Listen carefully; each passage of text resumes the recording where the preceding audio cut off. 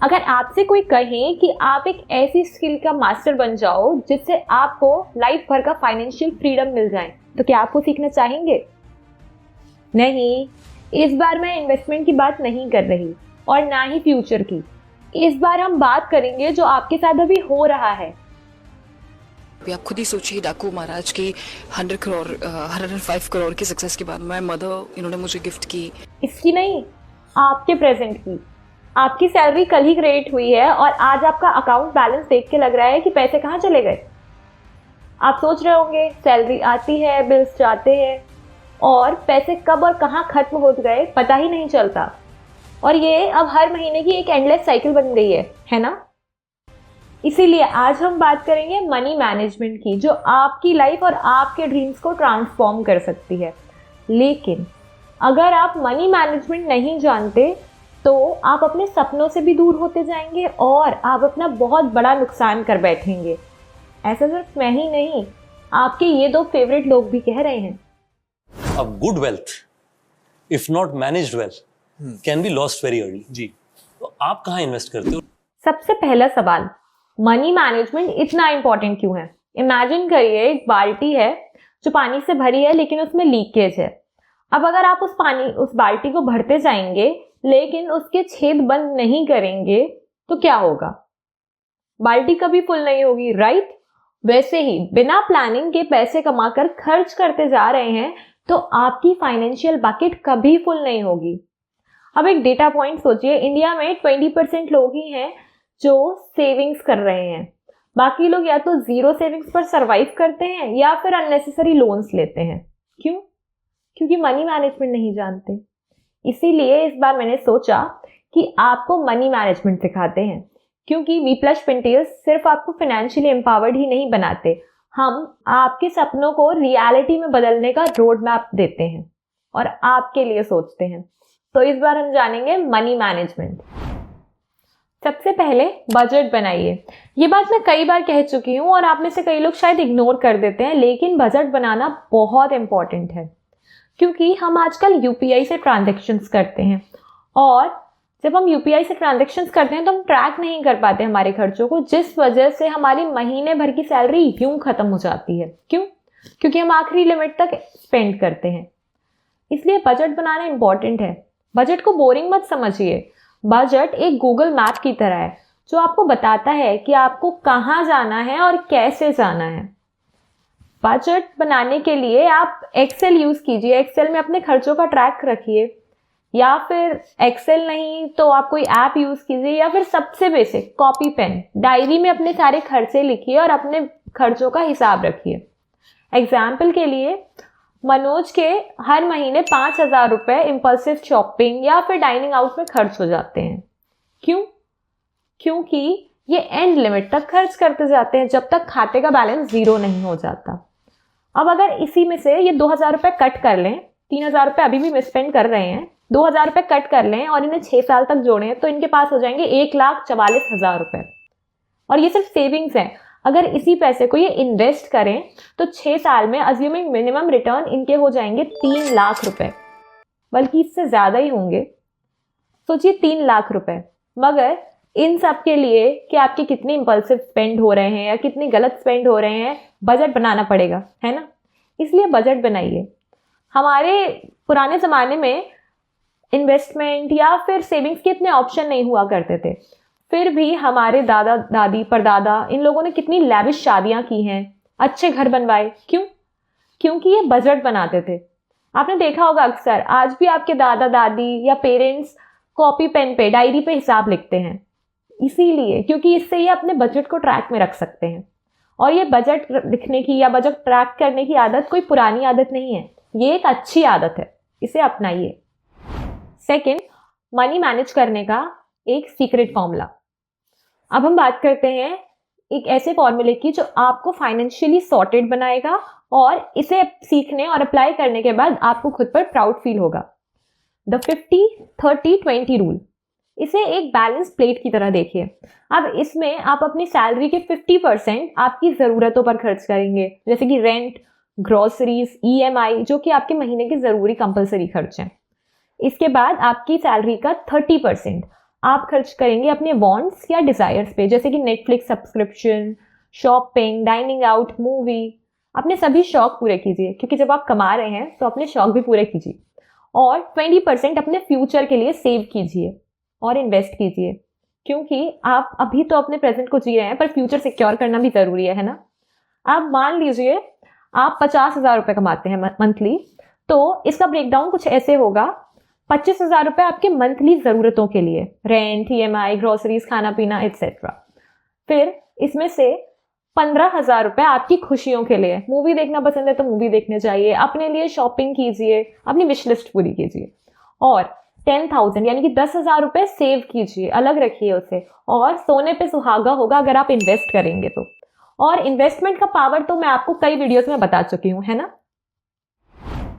Third, emergency fund बनाइए। मैं ये कई बार कह चुकी हूँ, मगर इमरजेंसी फंड एक सेफ्टी जैकेट की तरह है। इसमें आपके पास कम से कम आपके 6 महीने के खर्च जितना अमाउंट होना चाहिए, और इस अमाउंट को आप एक फाइनेंशियल एडवाइजर की मदद से कैसे फंड में इन्वेस्ट कीजिए जहां से आप उसे इजीली एक्सेस कर सकें, या लिक्विड फंड्स में इन्वेस्ट कीजिए। ऐसे फंड्स आपके लिए बहुत हेल्पफुल होंगे। एग्जाम्पल के लिए, अगर आपके मंथली खर्च 25,000 हैं तो आपके पास 1.5 लाख रुपए का इमरजेंसी फंड होना चाहिए। ये फंड आपके अनएक्सपेक्टेड इमरजेंसीज, मेडिकल सिचुएशन या जॉब लॉस के समय बहुत हेल्पफुल होगा, और ये तो हम सब जानते हैं, हमने कोविड में इमरजेंसी देखी है। फोर्थ, डेब्ट मैनेजमेंट इज क्रूशियल। कर्ज का लोड हल्का करो। क्रेडिट कार्ड या पर्सनल लोन के हाई इंटरेस्ट डेब्ट को अगर कंट्रोल में नहीं रखा तो ये एक स्लो पॉइजन की तरह काम करता है। ऋषभ ने क्रेडिट कार्ड से 50,000 रुपए का सामान लिया और उसने बस मिनिमम अमाउंट पे किया। अब ये अमाउंट 1 साल में आउटस्टैंडिंग बन गया 67,000 रुपीज का, और वो भूल गया, और इस भूल की वजह से 2 साल में ये अमाउंट बन गया 1 लाख रुपए। क्यों? इंटरेस्ट की वजह से। इसका सोल्यूशन है, सबसे पहले सबसे छोटे अमाउंट के लोन पे फोकस करो और इसे खत्म करो। इससे कॉन्फिडेंस बढ़ेगा, और वो कहते हैं ना, स्मॉल विक्ट्रीज मोटिवेशन देती हैं। तो एग्जाम्पल के लिए, credit card 36% rate of interest के साथ है, 10,000 का लोन, पर्सनल लोन 25,000 और कार लोन 1 लाख रुपए। तो पहले फोकस करो 10,000 का लोन खत्म करने पर। इससे प्रोग्रेस दिखेगी और कॉन्फिडेंस बढ़ेगा। वैसे तो आपकी मंथली इंस्टॉलमेंट्स EMI की टाइम टू टाइम मंथली जाती रहेंगी, फिर भी फोकस कीजिए कि एक एक करके आप इन लोन्स को खत्म करें। सेकेंड, अगर आप फाइनेंशियली डिसिप्लिन्ड हैं तो ज्यादा इंटरेस्ट रेट वाले लोन पर फोकस करो और पहले उसे खत्म करो, क्योंकि लंबे समय में ये लोन ज्यादा महंगा पड़ता है। जैसे कि क्रेडिट कार्ड 36%, पर्सनल लोन 15% और कार लोन 10%। तो पहले क्रेडिट कार्ड के 10,000 रुपए का लोन खत्म करो। इससे आपको फायदा होगा और आप अपने ज्यादा पैसे बचा सकते हैं। अब ये 50-30-20 रूल फॉलो नहीं हो पा रहा है। क्यों? क्योंकि सभी पैसे एक ही अकाउंट में है, स्पेंडिंग, इन्वेस्टिंग और सेविंग के लिए।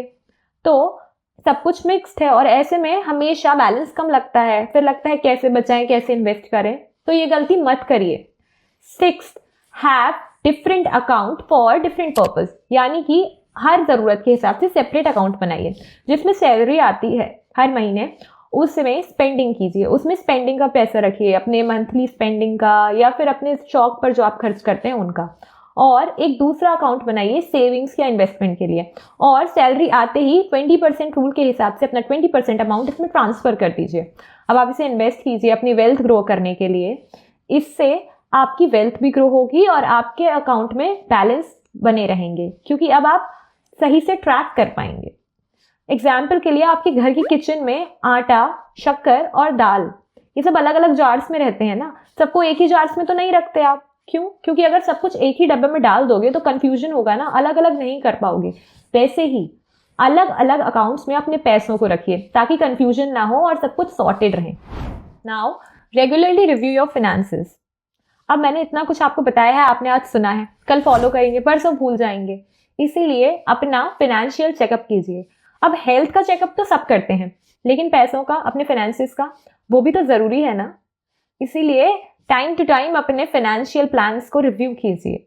अपने आप से पूछिए ये सवाल। पहला सवाल, क्या आप अपने फाइनेंशियल प्लान को, अपने बजट को फॉलो कर रहे हैं, 50-30-20 रूल से चल रहे हैं? दूसरा सवाल, आपके इन्वेस्टमेंट ठीक से चल रहे हैं, आप अपने इन्वेस्टमेंट को टाइम टू टाइम देख रहे हैं, बढ़ा रहे हैं, या आपकी सैलरी रेज हो गई है तो उसके हिसाब से अपने इन्वेस्टमेंट्स को एडजस्ट कर रहे हैं? तीसरा सवाल, क्या अपने नए गोल्स या नए इन्वेस्टमेंट या फिर इन्फ्लेशन के हिसाब से अपने प्लान को एडजस्ट कर रहे हैं?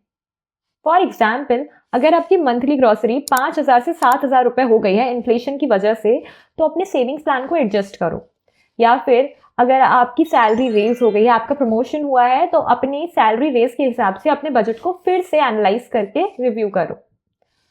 इससे आप अपना फाइनेंशियल प्लान और भी मजबूत बना सकते हैं और अपने न्यू गोल्स को भी अचीव कर सकते हैं। एक प्रो टिप देती हूँ, अपनी सैलरी आने के 1 हफ्ते बाद की एक डेट फिक्स कीजिए और उस दिन बैठकर अपना पूरा फाइनेंशियल रिव्यू कीजिए, क्या फॉलो हो रहा है और क्या नहीं हो रहा है। इतना तो आप खुद के लिए कर सकते हैं, है ना। नाउ एम्ब्रेस मिनिमलिज्म, कम में खुश रहिए। कभी सोचा है कि हम ऐसे बहुत सारे खर्चे करते हैं जिसकी कोई ज़रूरत नहीं होती है, या फिर इम्पल्सिवली हम उन चीज़ों को खरीद लेते हैं जबकि उनका हमें कोई काम नहीं आता है, या हम सिर्फ इम्प्रेस करने की लालच में उन्हें खरीद लेते हैं। एग्जाम्पल के लिए रोहित ने एक नया स्मार्टफोन लिया जबकि उसका पुराना फ़ोन एकदम नया था और सही चल रहा था।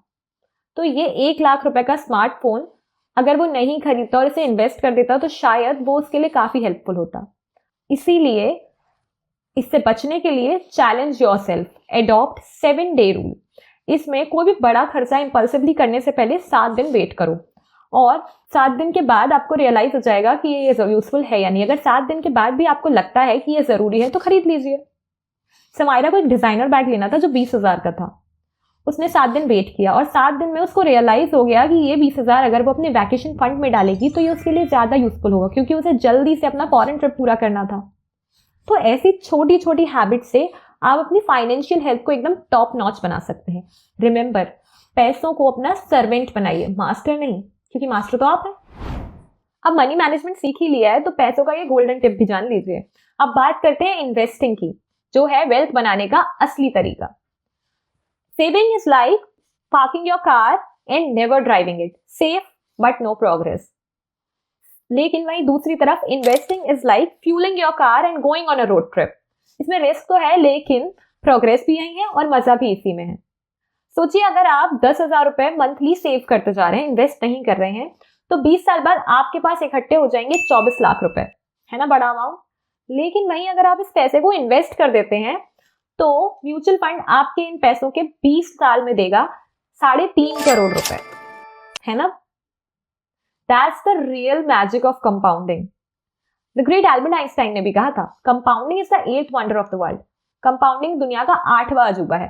तो इन्वेस्टिंग को एक गार्डनिंग की तरह देखिए, जहां पर आप बीज लगाते हैं और उसका ख्याल रखते हैं पानी, सनलाइट और पेशेंस के साथ, और जब वो एक बहुत बड़ा पेड़ बन जाता है तो आप उसके फ्रूट और शेड्स को एंजॉय करते हैं। वैसे ही इन्वेस्टमेंट में आप एक सही स्ट्रैटेजी और सही फाइनेंशियल एडवाइजर के साथ रेगुलर मॉनिटर कीजिए और ये देखते ही देखते आपकी वेल्थ बन जाती है। एट वीप्लसमेंटेज हम सिर्फ आपके एडवाइजर्स नहीं, हम आपके फाइनेंशियल दोस्त हैं। हम आपके लिए आपके गोल्स के हिसाब से बनाते हैं पर्सनलाइज्ड फाइनेंशियल प्लान। अगर आपको लगता है कि इन्वेस्टमेंट या फिर फाइनेंशियल प्लानिंग बहुत कॉम्प्लेक्स है तो हम हैं ये सब आपके लिए सिंप्लीफाई करने के लिए। आप हमेशा हमसे फाइनेंशियल नॉलेज ले सकते हैं और हमारे डिफरेंट सोशल मीडिया पर हमें फॉलो करके जानकारियां ले सकते हैं। इसीलिए अपने सपनों को डिले मत करिए, आज से इन्वेस्टिंग शुरू करिए। और अगर आपको ये वीडियो इन्फॉर्मेटिव लगा तो अपने दोस्तों के साथ शेयर करिए ताकि वो भी मनी मैनेजमेंट सीखें। तो मैंने तो आपको मनी मैनेजमेंट सिखा दिया, अब आपकी बारी है। अपने पैसे को समझदारी से मैनेज करिए और अपने सारे सपने पूरे करिए।